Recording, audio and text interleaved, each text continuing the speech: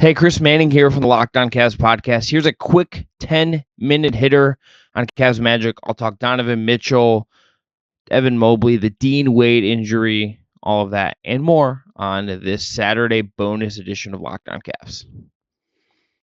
Our Locked On Cavs, your daily Cleveland Cavaliers podcast.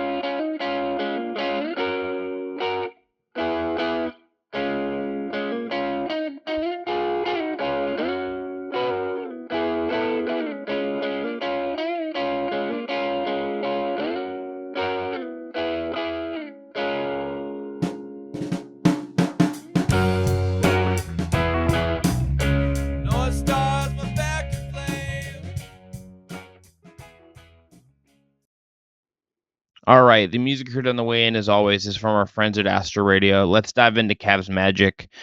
So, Cavs win a double-digit win for the Cleveland Cavaliers, an 11-point win over Orlando on Friday night.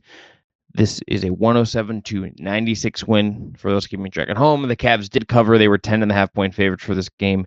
Some box score notables for you. Donovan Mitchell leads the way, 34 points in 36 minutes, 12 of 21 in the field, 7 of 11 for 3. He started this game 12 of 16. Pretty darn good. Darius Garland, heard of him, adds 18 and 6.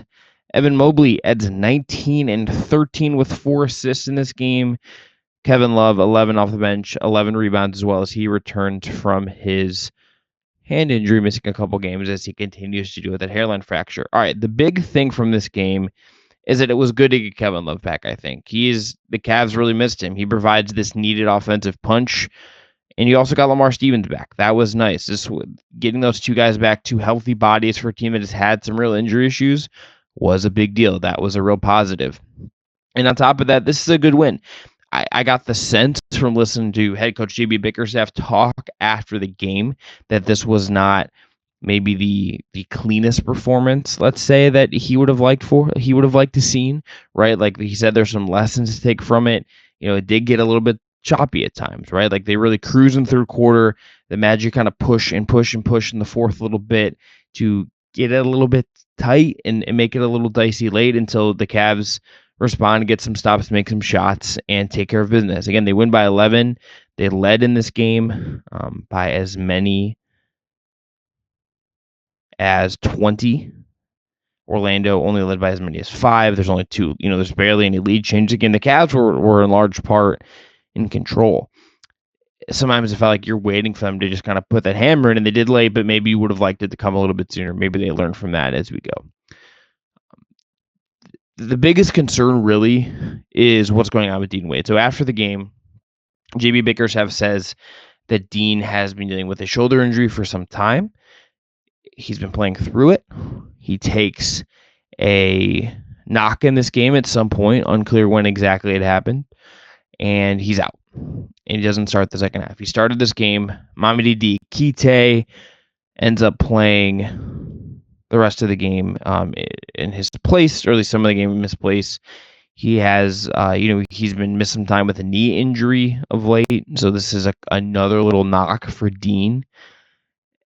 Bickerstaff also says he does not know how long Wade is going to be out. You'd hope it's sooner rather than later, but obviously just some unfortunate injury news there. This maybe presses Diakite into more time. We'll see what that kind of looks like. But that's where things stand. We don't know a ton right now, other than he's hurt. Did play the second half. Don't know how long he's going to be out. That's about all the information we have right now.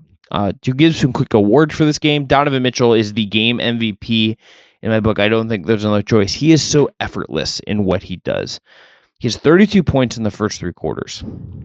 And he was so precise, and at least in the scoring aspect of everything he did. His passing got a little bit wild at times in this one, and had some weird turnovers and things, but that'll happen. Look, this guy got to the rim. He made threes. He pushed the pace. He broke down defenses in different ways. I thought in this game, one of my favorite buckets from him was in the first half. He's driving in the lane. He's pushing the pace a little bit. He gets a step on Franz Wagner, who's bigger than him, right? So instead of just like forcing his way all the way to the rim and separating a little bit to give Franz a chance to recover a little bit, or maybe use his length to put his arm up and block a shot or contest the shot in a meaningful way. Mitchell like makes Wagner kind of stay hip to hip with him and stay in close quarters, and then bursts at the last second, gets the bucket, gets the foul, gets an and one. He is just so good at all these little parts of scoring, and this is just like a high for like the most part a high end superstar performance. Donovan Mitchell was humming in this game. Darius Garland, has 18, but I thought wasn't his most like clean performance. 6 of 15 from the field, shot hunting a little bit at times. Mobley was really efficient, but you kind of he is kind of his diet is what it kind of is at this point. He's not going to probably get you more than 20-25, and in this game he gets 19. You're not getting a ton of punch from other spots. You got like consistent nights from some guys. You got 11 from Love and 19 and 8 from Lamar and only 5 from Karras and whatever. Mitchell's scoring sets the tone for them entirely offensively, and he's just been incredible at it all year. He's having an incredible season.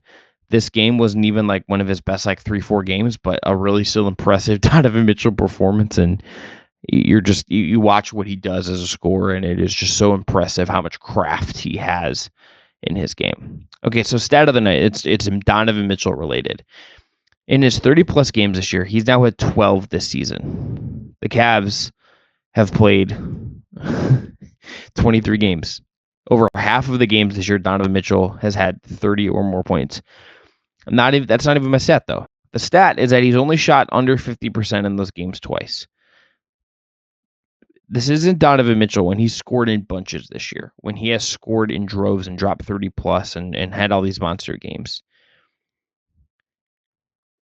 He is just so efficient. He is so accurate. He's not having to take like a ton of shots or kind of maximize usage his way to getting 30-plus or getting towards 40. He takes 21 shots in this game. 34 points on 21 shots and with only 3 free throws is like a very like reasonable night. Like he is maximizing his opportunities. He's not like dominating the entire offense, right? Like this is not a guy who is coming out and absolutely just kind of ball hogging it and running up a high usage. Like he has a high usage. He leads the team in usage rate. He has the ball in his hands and finishes plays more often than not because that's what he does. He's Donovan Mitchell. But he doesn't feel like he's shot hunting or just jacking stuff up. He is playing within what is needed of him. Some nights he puts his foot on the gas and maximizes it. And this is one of those nights for the most part, right? Like he is just a bona fide scorer. I think one of the very best offensive players in the league. And like this is a game where his craft, his explosiveness, his know-how, it all really comes together. And when you look at that and you say, look, he's only shot under 50% of these 30-point nights twice all year.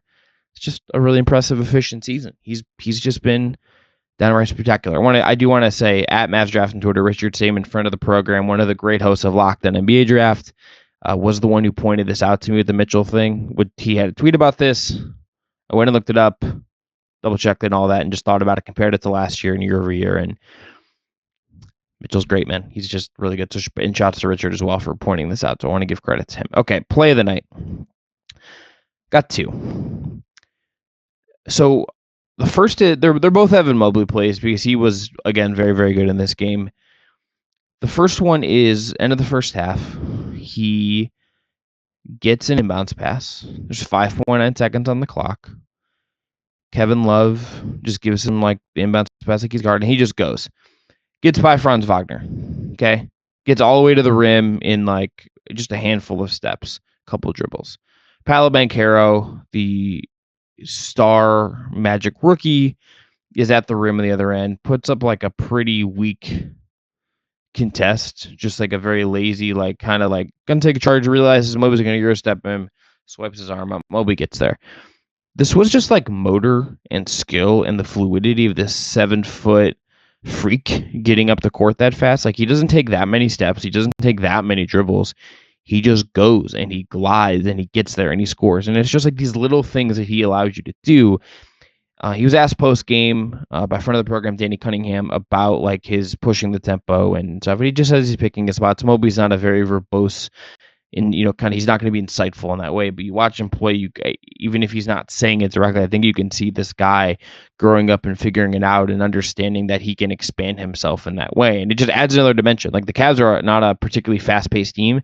Mobley doing some of this stuff off of live rebounds, off of inbounds passes at times is a fun little wrinkle that you can do some stuff with. And he's skilled. Like he's hit the zero in that situation like twice in a week now. It's good stuff. And the other play, he had a pick and pop three. The Cavs are up 8. There's just north of 3 minutes left.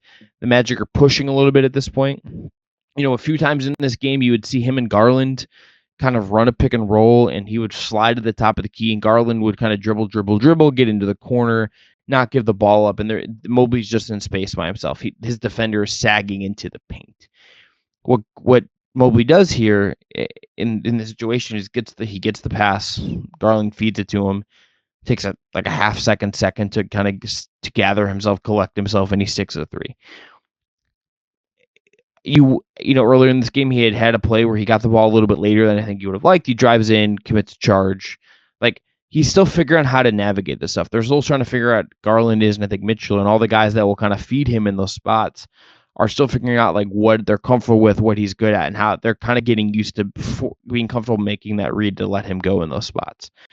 I wonder if this is the kind of play that will build some confidence for him in those spots. Like he's not a knockdown 3-point shooter. Like there wasn't a defender within a country mile of him. It felt like in this spot, right? Like he gets to this position. He's wide open. He has the space to take that second and shoot. For the year, he's not shooting. He's not taking a ton of threes. He's taking under 1-3 a game. It's less than what he took last year. He took 1.3 per game last year. He's shooting 20% on them going into Friday. Just takes the one in this game and makes it.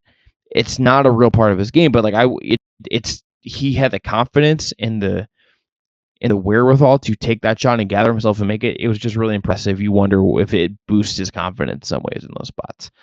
So that's it. Cavs again win. Handle the Orlando Magic 107-96. Improved to 10-1 at home, 15-8 on the season. We're past that quarterway mark, so go check out our episodes this week that Evan and I did doing awards for the season, and all of that great stuff. MVP, Defensive Player of the Year, biggest surprise, a bunch of different things. We will be back. If you're listening to this on Saturday, we will be back on Monday. This will rerun, and we will also have a recap of an awards for Cavs Knicks on Sunday in New York. The Cavs are up in MSG. If you don't remember, the Knicks were the team that did not trade for Donovan Mitchell. I'm sure this is going to be a scene and an energy for multiple reasons. This is one of those road games that I would have been really excited to get to go to. It would have been one of those ones where like I'm very jealous of the Chris Fedors and the Kelsey Rousseaus and the people that get to travel and go to these games on a regular basis, because being in New York for the first Mitchell game there after he did not go there is kind of just a really interesting thing. It just is. It's not like quite like him going back to Utah or like what his first Gobert matchup will look like when that's in Minnesota later in the year, because they didn't match up in Cleveland because Mitchell was out. But I am just very curious about what that environment will be like in New York, what he has to say. It's just one of those things where like being on the ground, so to speak, will be a really cool thing. But we'll be back for that. And thanks again for tuning in on the Saturday little bonus edition of the Locked On Cavs